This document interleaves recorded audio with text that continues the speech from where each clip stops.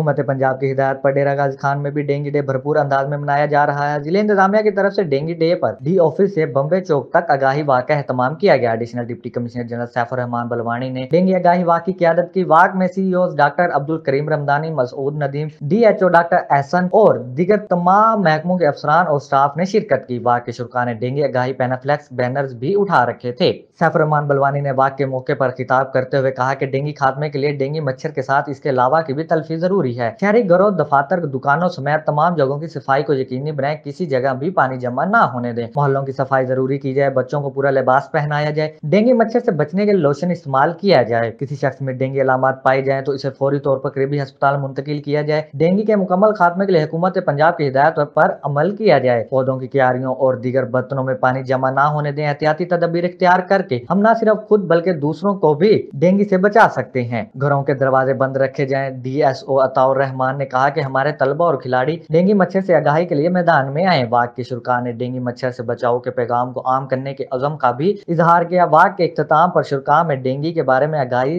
Sticker और पंफलेट्स भी तकसीम किए गए।